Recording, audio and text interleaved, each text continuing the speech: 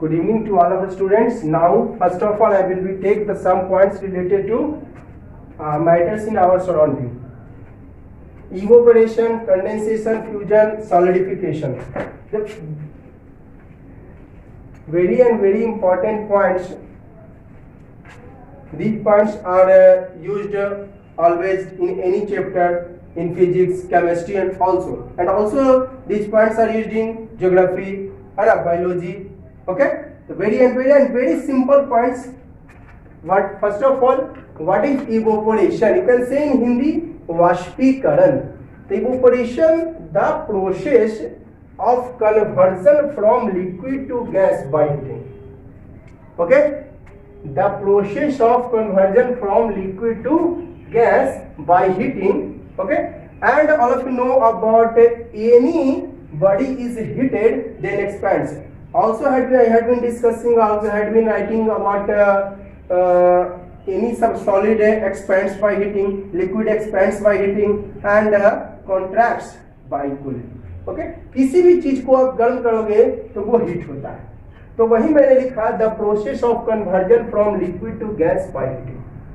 ठीक है ना. हीटिंग करने पर लिक्विड से गैस में बदल जाता है by heating, and it particles become free.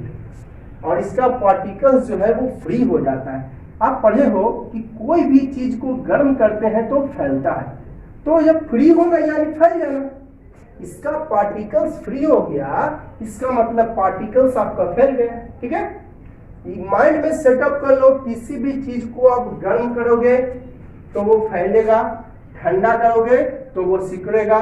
एक एक्सेप्शन केस है जो कि मैं आपको डिस्कस करूंगा. आइस बहुत कॉमन चीज है, डेली लाइफ में आप लोग आइस का यूज भी करते हैं. आइस जो है वो ठंडा होने पर सिकुड़ने के बजाय फैल जाता है. चलो मैं उसका डिस्कस बाद में करूंगा. सबसे पहले आप ये सब पॉइंट समझ लीजिए. ठीक है, मैं आपको एक्सेप्शन केस एक है कि कूलिंग करने पर सिकुड़ने के बजाय वो फैल जाती है, वो है आइस. इसका मैं डिस्कशन करता हूं. तो क्या लिखा है मैंने इवेपोरेशन में? The process of conversion from liquid to gas by heating. Liquid से गैस में बदल जाता है गर्म करने पर. ठीक है, और किसी भी चीज को गर्म करोगे तो वो क्या होगा? फैलेगा. तो पार्टिकल्स बिकम फ्री. फ्री मतलब फैल रहा है. That is called evaporation. It's a water conversion from water to steam. ठीक है, ये था आपका इवेपोरेशन. अब देखिए condensation. Just opposite to the evaporation is condensation. Condensation क्या है? The process of conversion from gas to liquid by cooling. Gas, इसमें आपने पढ़ा क्या? लिक्विड टू गैस, और इसमें आप पढ़ रहे हैं गैस टू लिक्विड. ठीक है, उसमें आपने पढ़ा बाय कूलिंग, इसमें आपने पढ़ा उसमें पढ़ा आपने बाय हीटिंग, और इसमें पढ़ा आपने बाय कूलिंग. उसमें पढ़ा पार्टिकल्स फ्री, इसमें पढ़ा पार्टिकल्स कम क्लोज, मींस पास आ जाता है. यानी इवेपोरेशन का जस्ट अपोजिट आपका देखिए वो कंडेंसेशन है. इसमें लिक्विड टू गैस, इसमें gas to liquid. By heating, by cooling. Particles free, इसमें पार्टिकल्स कम क्लोज, पार्टिकल्स पास आ जाता है. तो इवेपोरेशन का उल्टा हो गया आपका कंडेंसेशन. ठीक है, तो कंडेंसेशन क्या है? The process of conversion from gas to liquid, है ना. गैस से लिक्विड में बदलना बाय कूलिंग. और किसी भी चीज को आप ठंडा करोगे तो वो फैलने के बजाय वो सिकुड़ेगा. तो ये लिखा particles come close. Come close मतलब सिकुड़ना. कम क्लोज मींस सिकुड़ना. ठीक है, इसी को बोलते हैं दिस प्रोसेस कॉल्ड कंडेंसेशन. अब फ्यूजन देखिए. फ्यूजन वही चीज है solid to liquid by heating, और पार्टिकल्स फ्री हो जाता है. ये होता है फ्यूजन. ये फ्यूजन में आल्सो कॉल्ड मेल्टिंग. ठीक है, कंडेंसेशन समझ गए, इवेपोरेशन समझ गए, है ना. थोड़ा सा देखिए, बच्चा में आप लोग केवल पढ़ोगे क्या फ्यूजन में? The process of conversion from solid to liquid, है ना, बाय हीटिंग. तो थोड़ा सा आप स्टैंडर्ड क्लास में हो, 9th क्लास स्टैंडर्ड क्लास हो, 10th क्लास में जाओगे स्टैंडर्ड, 11th 12th में जाओगे और स्टैंडर्ड तरीका से आप डिफिनीशन पढ़ोगे, है ना. अभी आप 9th में हो तो 9th के बेसिस पर मैंने आपको डिफिनीशन दिया. हायर क्लासेस में जाओगे तो हायर डिफिनीशन आपको मिलेगा. रहेगा यही चीज, लेकिन डिफिनीशन थोड़ा सा बढ़ा चढ़ा कर रहेगा. तो क्या लिखा है फ्यूजन में? The process of conversion from solid to liquid by heating. अब हीट करोगे तो फैलेगा, तो पार्टिकल्स फ्री. मतलब फैल जाना, कॉल्ड फ्यूजन. जैसे कि conversion from sugar to sugar solution. जैसे आपके पास चीनी है, आप रेनी सीजन में, बरसात के मौसम में चीनी को छोड़ दो, वो अपने आप लिक्विड में कन्वर्ट हो जाएगा, है ना, by the mixing of water. अब कहेगा वाटर उसके पास कहां से आया, तो वाटर वो आपका एटमोस्फियर से लेती है, ठीक है। तो conversion from sugar to sugar solution, ये हो गया शुगर सॉलिड हुआ, आई शुगर सॉल्यूशन तो लिक्विड हो गया, है ना, तो ये आपका फ्यूजन हुआ। अब जस्ट अपोजिट हो गया सॉलिडिफिकेशन, या इसी का दूसरा नाम है फ्रीजिंग। सॉलिडिफिकेशन का दूसरा नाम है फ्रीजिंग। देखिए जस्ट अपोजिट, फ्यूजन का जस्ट अपोजिट सॉलिडिफिकेशन। इसमें लिखे क्या, सॉलिड टू लिक्विड, इसमें लिक्विड टू सॉलिड, उसमें बाय हीटिंग, इसमें बाय कूलिंग, उसमें पार्टिकल्स फ्री, इसमें पार्टिकल्स क्लोज, थोड़ा पास आया था, कॉल्ड सॉलिडिफिकेशन। तो सॉलिडिफिकेशन क्या हुआ, freezing, the process of conversion from liquid to solid. Liquid से सॉलिड में बदलना ठंडा होने पर, और ठंडा होगा तो सिकुड़ेगा, तो particles come close, called solidification. जैसे कि जस्ट उल्टा, अब शुगर सॉल्यूशन को आप फ्रीज में रखो, आपके पास जो शुगर सॉल्यूशन है उसको फ्रीज में रखो, वो आपका शुगर में बदल जाएगा, ठीक है। या शुगर से फ्रीज में छोड़ो ना, आप शुगर सॉल्यूशन को ऐसे भी जनरली रखोगे, वो धीरे धीरे 2 से 3 दिनों में उसमें वाटर इवोपोरेट हो जाएगा, बच जाएगा आपका शुगर, ठीक है। तो ये आपका हो गया सॉलिडिफिकेशन। अब देखिए मैंने आपको लिखाया ये तीनों को कंबाइन करके एक तरीका याद करने का, ठीक है। इंटर कन्वर्टिबिलिटी, है ना, एक दूसरे में बदलना of states of matter, matter के स्टेट्स का एक दूसरे में बदलना, ठीक है। इंटर कन्वर्टिबिलिटी मतलब हुआ मैटर का एक दूसरे में बदलना, ठीक है। सॉलिड को देखिए ऊपर लिखे, सॉलिड को हीट किया आपने लिक्विड में, लिक्विड को हीट किया गैस में। अब ये देखिए एरो जस्ट बैक आया है, गैस को कूल किया लिक्विड में, लिक्विड को कूल किया सॉलिड में। मैं एक एग्जांपल कर सकते हैं, या पॉइंट इसको बना दिया, आइस को हीट करो वाटर में, वाटर को हीट करो वाटर वेपर में, उसको स्टीम भी कहते हैं। अब इसको कूल करो वाटर में, इस वाटर को कूल करो आइस में, ठीक है। तो ये आपका पॉइंट्स जो है बहुत जरूरी था, इसको थोड़ा सा दिमाग में सेट कर लीजिए आप। अब देखिए आपको मैंने एक क्वेश्चन दिया, right the difference among solid liquid and gas, ठीक है। अमॉन्ग होता है 2 से ज्यादा के बीच अगर कंपेयर हो तो अमॉन्ग का यूज होता है, और 2 के बीच हो तो बिटवीन। जैसे मैं पूछूं डिफरेंस मेटल और अदर मेटल के बीच, तो यहाँ पर लिखा है question, right difference between metal and non metal. अगर मैं आपको बोलूं कि 2 के बीच कंपेयर हो तो ध्यान रहे बिटवीन वर्ड का यूज होता है, और 2 से ज्यादा है सॉलिड लिक्विड एंड गैस तो आपका अमॉन्ग वर्ड का यूज होगा, ठीक है। तो right the difference among solid liquid and gas, है ना, सॉलिड लिक्विड और गैस के बीच आपको डिफरेंस लिखना। तो डिफरेंस मैंने आपको प्रॉपर्टीज बताया था, सॉलिड का, लिक्विड का, गैस का, उस प्रॉपर्टी लिख दीजिए। जैसे कि मैं कहूं तो फर्स्ट नंबर आप लिखिए, पहले तो डिफिनीशन दे दीजिए, क्या है ना, which has fixed volume and shape, इसमें दे दीजिए definition, which has fixed volume but not fixed shape, सब बताया हुआ है आपको, लिखाया हुआ है। इसमें क्या लिखोगे, which has neither fixed volume nor fixed shape, जिसका ना वॉल्यूम फिक्स होता है ना ही शेप फिक्स होता है। ये होता है इट कैन नॉट फ्लो, यह बह नहीं सकता है, नहीं बहता है ना। इट कैन बी फ्लो, यह it flows easily, very easily, है ना। तो इस तरह से डिफरेंस आप लिख लोगे। उसी तरह इसका melting point boiling point high, इसका मेल्टिंग पॉइंट बॉइलिंग पॉइंट लो, इसका मेल्टिंग पॉइंट बॉइलिंग पॉइंट आपका वेरी लो। और उसी तरह लिख सकते हो ये हार्ड होता है ना, ये आपका सॉफ्ट होता है, वेरी सॉफ्ट होता है ना। It can not be compress, it can be compress, it can be compress easily. तो जो मैंने आपको डिफरेंस बताया था, प्रॉपर्टीज बताया था सॉलिड का, लिक्विड का और गैस का, तो बस वही लिखना है। तो ये मैं आप पे छोड़ दे रहा हूं, 8-10 लगभग डिफरेंस आप खुद से लिख लीजिएगा, ठीक है। मैंने तो 4-5 बोल दिया, 8-10 आप डिफरेंस लिख लीजिएगा खुद से, मैं आप पे छोड़ रहा हूँ, ठीक है। आगे बढ़ रहा हूं मैं, ठीक है ना। तो लिख लोगे, जब भी डिफरेंस लिखने का है तो आप कॉलम पहले बना दो, सॉलिड लिक्विड गैस का, तो सॉलिड लिक्विड और गैस का मैंने कॉलम बना दिया। एगो में तो डिफिनेशन लिख दिया, दूसरा लिख दिया can flow, can not flow, can be flow, easily flow. ये कैन नॉट बी कंप्रेस, इसको नहीं कंप्रेस कर सकते हैं। ये कैन बी कंप्रेस, इसको it can be compress very easily. इसमें लिख सकते हो क्या, मेल्टिंग पॉइंट, बॉइलिंग पॉइंट इसका हाई होता है, लो होता है, इसका वेरी लो होता है ना। इसका फिजिकल स्टेट तो खैर है नहीं है, solid liquid gas physical state है नहीं, तो फिजिकल स्टेट पर डिफरेंस नहीं होगा, क्योंकि ये खुद फिजिकल स्टेट के बेसिस पे 3 टाइप है। और भी 2 टाइप है, प्लाज्मा और बोस-आइंस्टीन कंडेंसेस में, जो कि मैं आपको बाद में बताऊंगा, ठीक है।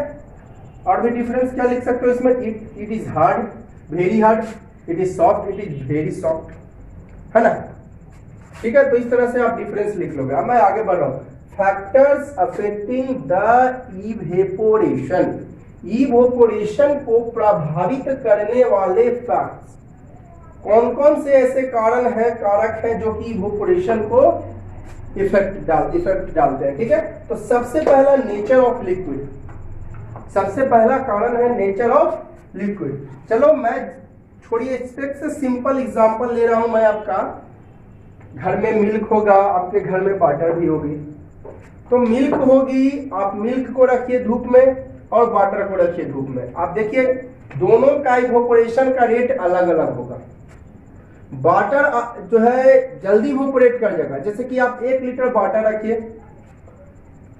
आप दो को कोई बर्तन ले लीजिए एक साइज का, 1 लीटर वाटर रखिए और 1 लीटर मिल्क रखिए, तो आप क्या देखिएगा कि सनलाइट में रख दीजिए, या सनलाइट पे ना रख के आप गैस पे चढ़ा दीजिए, इसको गर्म कीजिए, तो आप देखिएगा वाटर जल्दी खाली हो गया, इवेपोरेट होगा, धीरे धीरे वाटर टू वाटर वेपर बदलेगा।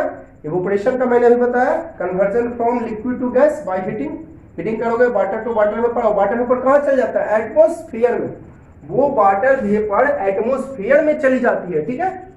तो धीरे धीरे देखोगे कि पानी जल्दी खाली हो गया, लेकिन दूध जल्दी खाली नहीं हो पाएगा। वाटर बहुत जल्दी खाली हो गया, लेकिन दूध नहीं खाली हो पाएगा, ठीक है। तो इससे पता चलता है कि वाटर का जो बॉइलिंग पॉइंट है जो है थोड़ा कम होगा और मिल्क का थोड़ा ज्यादा होगा, ठीक है। मैंने आपको एग्जांपल लिख के भी दिखाया, बॉइलिंग पॉइंट लिख के भी बताया। Evaporation depends on the boiling point, boiling point पर डिपेंड करता है। जिसका बॉइलिंग पॉइंट कम रहेगा तो कम टेम्परेचर में ही वो बॉइल करेगा, तो जल्दी जल्दी वेपर बनेगा। अब वेपर कहां जाता है, इन द एटमॉस्फेयर। जल्दी जल्दी अगर आपको वेपर बनेगा तो वेपर जो है कहां जा रहा है, एटमॉस्फेयर में, तो खाली होगा। तो मैं आपको बॉइलिंग पॉइंट पे डिपेंड करता है इवेपोरेशन। मैंने क्या लिखा है, lower boiling point higher rate of, उल्टा होता है, बॉइलिंग पॉइंट जितना कम होगा, जैसे कि एक मैंने लिखा एग्जांपल, बॉइलिंग पॉइंट ईथर देख लोगे आप लोग, ईथर यूज होता है दवा वगैरह में, आपका डिटॉल वगैरह में ईथर का यूज होता है, डेटॉल में आपका ईथर का यूज होता है। आपका कट छूट जाता है तो डॉक्टर के यहाँ जाते हैं तो ये ईथर से आपको साफ करता है, गंदगी बैक्टीरिया वायरस को मारता है, ठीक है। तो ईथर का बॉइलिंग पॉइंट कम है और वाटर का बॉइलिंग पॉइंट ज्यादा है। तो आप देखिएगा, आप धूप में रखिए, 1 लीटर ईथर को धूप में रखिए और 1 लीटर वाटर को, तो देखिएगा ना कि ईथर बहुत जल्दी गायब हो गया। चलो अब पेट्रोल तो आप रियल लाइफ में देखते होंगे, पेट्रोल जो है गाड़ी में रखा ही गायब हो जाता है। आप देखोगे गाड़ी में आपका टैंक में पेट्रोल रखा हुआ है, टैंक फुल है, आप धूप में उसको रख दोगे तो वो पता देखते हैं, धूप में रख देते हैं 2, 4, 5 घंटों तक, तो तेल जो है आपके टंकी में कम जाएगी। इससे पता चलता है कि जो है, लेकिन वाटर में वैसी बात नहीं, वाटर जो है थोड़ा देरी से होगा। अगर आप चेक करना चाहते हो थोड़ा सा, ज्यादा नहीं, 100 ml आप पेट्रोल ले लो, 100 ml आप वाटर ले लो, सनलाइट में रख दो, तो आप देखोगे पेट्रोल गायब हो गया बहुत जल्दी और जो है वाटर थोड़ा देरी में गायब हुआ। अगर आपको सच में चेक करना चाहते हो तो आप देख, इससे पता चलता है कि बॉइलिंग पॉइंट पर डिपेंड करती है।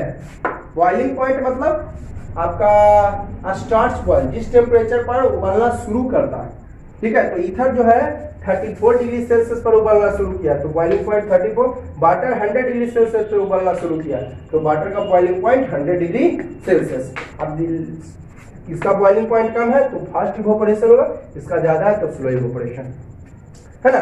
कम ही टेम्परेचर, अब पहले बताइए आप 34 डिग्री सेल्सियस टेम्परेचर होगा कि 100 डिग्री सेल्सियस होगा? तो जाहिर सी बात है कि 34 डिग्री सेल्सियस पहले होगा, उसके बाद 100 डिग्री सेल्सियस होगा। पहले 34 डिग्री सेल्सियस होगा, उसके बाद 100 डिग्री सेल्सियस टेम्परेचर होगा। तो 34 कम ही टेम्परेचर है और आपका बॉयल करना शुरू हो गया। इससे पता चलता है कि बॉइलिंग पॉइंट कम तो इवोपोरेशन ज्यादा है, इसका बॉइलिंग पॉइंट ज्यादा तो इवोपोरेशन कम। क्लियर है? अब अगला पॉइंट देखिए, इवोपोरेशन डिपेंड करता है टेम्परेचर ऑफ लिक्विड, लिक्विड के टेम्परेचर पे भी। ज्यादा टेम्परेचर तो ज्यादा इवोपोरेशन, कम टेम्परेचर तो कम इवोपोरेशन। मैंने लिखा दिया higher temperature then higher rate of evaporation, lower temperature then slow evaporation. जितना ज्यादा आप टेम्परेचर रहेगा उतना ज्यादा इवोपोरेशन फास्ट होगा और जितना कम टेम्परेचर रहेगा उतना स्लो इवोपोरेशन होगा। आगे देखिए, सरफेस एरिया ऑफ लिक्विड। हाँ जी, सरफेस एरिया तो लिक्विड पे भी डिपेंड करता है। आप देखते होंगे कि अगर आप घर में पोछा लगाते होंगे, है ना, घर में पोछा लगाते हो, साफ सफाई करते होंगे, तो देखते हो क्या होगे कि पोछा लगाते हैं तो पानी जल्दी सूख जाती है और उतना ही पानी आप बकेट में रखे हुए हो तो आप क्या देखते हो कि जो है जल्दी जो है गायब नहीं हुई।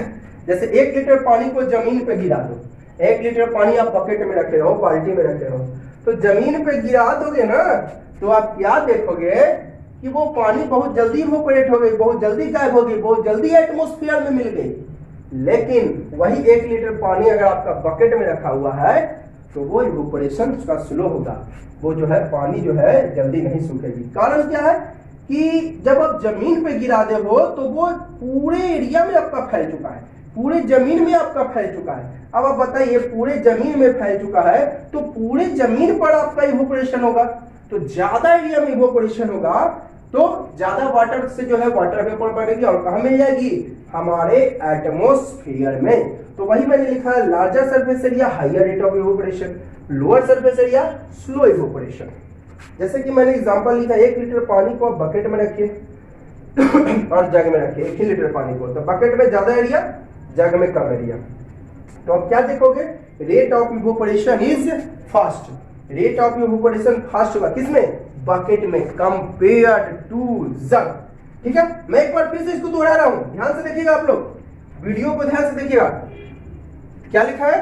Factors affecting the evaporation, evaporation को प्रभावित करने वाले फैक्ट। सबसे पहला है लिक्विड का नेचर, पेट्रोल जल्दी इवोपोरेट होगा, है ना, और पानी देरी से होगा। ठीक है, टंकी में रखा रखा पेट्रोल भी गायब हो जाता है और पेट्रोल जो है गायब होकर कहाँ? हमारे एटमॉस्फेयर में मिल जाती है, क्योंकि इवोपोरेशन होता है लिक्विड टू गैस, गैस में बदलेगी, हमारे एटमॉस्फेयर में मिल जाएगी। ठीक है, तो ज्यादा ही आपका बॉइलिंग पॉइंट जिसका कम रहेगा, 34 पहले आएगा डिग्री सेल्सियस की 100, तो जाहिर सी बात है 34 आएगा पहले, तो कम ही टेम्परेचर पर उबालना शुरू किया तो इवोपोरेशन इसमें फास्ट और इसमें स्लो।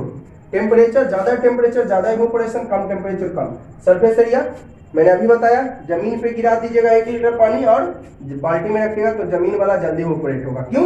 क्योंकि वो पूरे जमीन से ज्यादा एरिया से इवोपोरेशन हो रहा है, तो ज्यादा एरिया तो ज्यादा इवोपोरेशन, कम एरिया तो कम इवोपोरेशन। तो देखिए हम लोग क्या पढ़ रहे थे? फैक्टर्स अफेक्टिंग द इवोपोरेशन, है ना, हम लोग पढ़ रहे थे factors affecting the evaporation, evaporation को इफेक्ट करने वाले फैक्ट। पहला पढ़ा नेचर ऑफ लिक्विड, है ना, दूसरा पढ़ा आपने क्या? टेम्परेचर ऑफ लिक्विड, और तीसरा पढ़ा सरफेस एरिया ऑफ लिक्विड। आपने पढ़ा नेचर ऑफ लिक्विड में बॉइलिंग पॉइंट कम तो ज्यादा फास्ट इवोपोरेशन, बॉइलिंग पॉइंट ज्यादा तो स्लो इवोपोरेशन। सरफेस एरिया ज्यादा इवोपोरेशन, सरफेस एरिया कम इवोपोरेशन। टेम्परेचर ज्यादा इवोपोरेशन, टेम्परेचर कम इवोपोरेशन। आप देखिए विंड वेलोसिटी में वही बात है, विंड वेलोसिटी यानी हवा अगर तेज चलेगी तो इवोपोरेशन फास्ट होगी और हवा धीरे चलेगी तो इवोपोरेशन स्लो होगी। आप देखे होंगे अगर हवा तेज चलती है तो कपड़ा जल्दी सूख जाता है और हवा धीरे चलती है तो कपड़ा जल्दी नहीं सूखता है ना। आप देखे होंगे कि कपड़ा जल्दी सूख जाता है तेज हवा में, लेकिन अगर धीरे हवा चलाता है तो कपड़ा जल्दी नहीं सूखता है। क्यों का रीजन भी मैंने यहाँ पर लिख दिया है। पहले आप समझ लो, यहाँ पे विंड वेलोसिटी यानी मोशन, हाई विंड वेलोसिटी तो higher rate of evaporation, slow wind velocity slow evaporation. Wind velocity अगर हाई रहेगा तो कपड़ा जल्दी सूखेगा, क्लॉथेज बिकम ड्राई फास्टली, और विंड वेलोसिटी स्लो रहेगा तो कपड़ा ड्राई होगा स्लोली, धीरे धीरे। देखिए मैंने इसको एक्सप्लेन भी किया। In the case of high wind velocity, तेज हवा में क्या होता है ना कि तेज हवा में कपड़ा देखिए जल्दी क्यों सूखता है। तेज हवा में क्या होता है कि जो प्रेजेंट मॉइस्चर होता है क्लाउड में वो ऑल्सो गो अवे, दूर चला जाता है विद विंड, हवा के। जैसे देखिए हवा तेज चल रही है, हवा तेज चल रही है, कपड़ा में पानी लगा हुआ है, तो क्या करता है हवा जो है कपड़िया को अपने साथ लेके भगा के लेके चल जाता है ना। इसी कारण है कि रेट ऑफ इवेपोरेशन फास्ट होता है हाई विंड वेलोसिटी में। ठीक है, क्लियर? एक बार मैं फिर से रिपीट कर रहा हूँ, तेज हवा में कपड़ा जल्दी क्यों सूखता है? क्योंकि तेज हवा में क्या होता है कि जो मॉइस्चर प्रेजेंट होता है वो हवा अपने साथ उठा के लेकर चली जाती है। Present moisture in the cloth also goes away, जो मॉइस्चर होता है वो भी दूर चला जाता है। तो कह सकते हैं रेट ऑफ इवेपोरेशन फास्ट होता है हाई विंड वेलोसिटी में। ठीक है, अब पांचवा देखिए ह्यूमिडिटी। ह्यूमिडिटी मतलब amount of water vapour present in air, हवा में पानी की मात्रा। जाहिर सी बात है कि हवा में पानी ज्यादा होगा तो इवेपोरेशन स्लो होगा।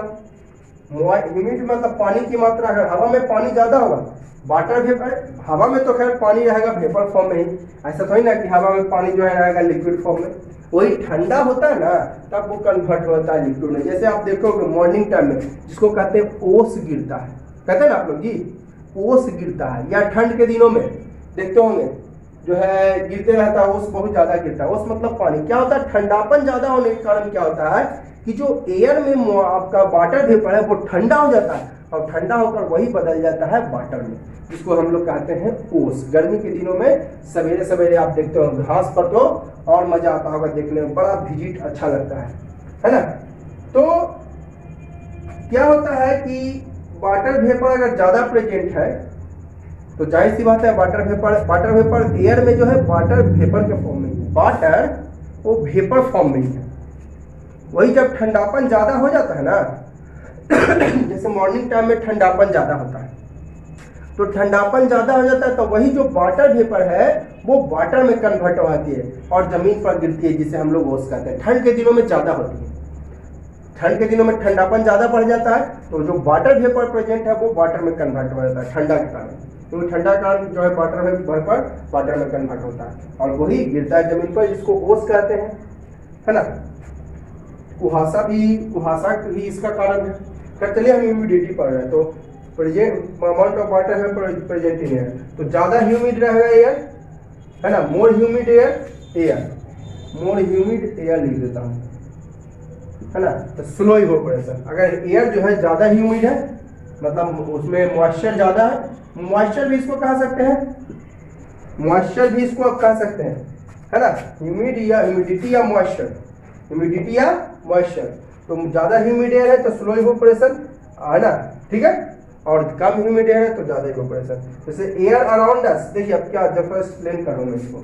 Air around us can not hold more amount of water, हम लोग के चारों ओर जो हवा है वो ज्यादा से ज्यादा वाटर वेपर को वो पकड़ नहीं सकता, इसलिए वो ठंडा होकर गिर जाता है ना। एयर अराउंड अस, हम लोग के चारों ओर हवा can not hold more amount of water vapour, हम लोग की जो चारों ओर हवा होती है वो ज्यादा वाटर वेपर को पकड़ नहीं पाता है, और ज्यादा वाटर वेपर को नहीं पकड़ पाता है पर्टिकुलर टेम्परेचर, इसलिए ठंडा के कारण वो गिर जाता है जमीन पर। तो पानी गिर गया, अब पानी पहले से तो ये था, अब पानी और गिर गया, तो जब पानी ज्यादा गिर जाएगा तो ठंडापन बढ़ गया, ठंडापन बढ़ गया तो जाहिर सी बात है इवेपोरेशन स्लो हो जाएगा। फिर से मैं एक बार रिपीट करता हूँ, क्या लिखा है मैं, air around us can not hold more amount of water vapour, जो हम लोग के चारों ओर हवा है वो नहीं पकड़ सकती है more amount of water vapour. क्यों? क्योंकि अगर ठंडापन अगर बढ़ गया, ज्यादा हवा नहीं पकड़ेगा ठंडापन बढ़ने के कारण, और ज्यादा हवा नहीं पकड़ेगा तो कहाँ गिर जाएगा, और जमीन पर गिर जाएगा, है ना, नीचे ही आ जाएगा।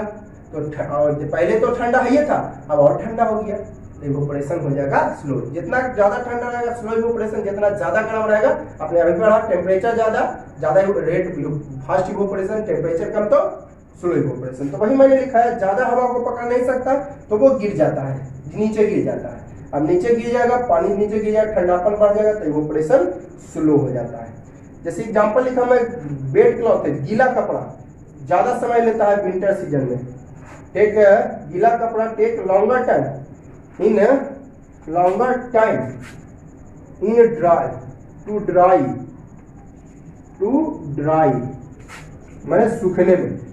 भीगा हुआ कपड़ा लॉन्गर टाइम, ज्यादा समय लेता है टू ड्राई, सूखने में, इन विंटर सीजन, है ना। जाड़े के मौसम में जो गीला कपड़ा ज्यादा समय लेता है सूखने में, लेकिन वही जो है कम समय लेता है गर्मी के दिनों में, क्योंकि जाड़े के मौसम में ह्यूमिडिटी ज्यादा होती है। ह्यूमिडिटी ज्यादा रहने के कारण क्या होता है, आपको पानी को नहीं पकड़ पाता है, नीचे गिर जाता है, तो ठंडापन बढ़ गया, तो वही कहता है आपका इवेपोरेशन स्लो हो गया। तो स्लो हो गया तो ज्यादा टाइम लगेगा सूखने में।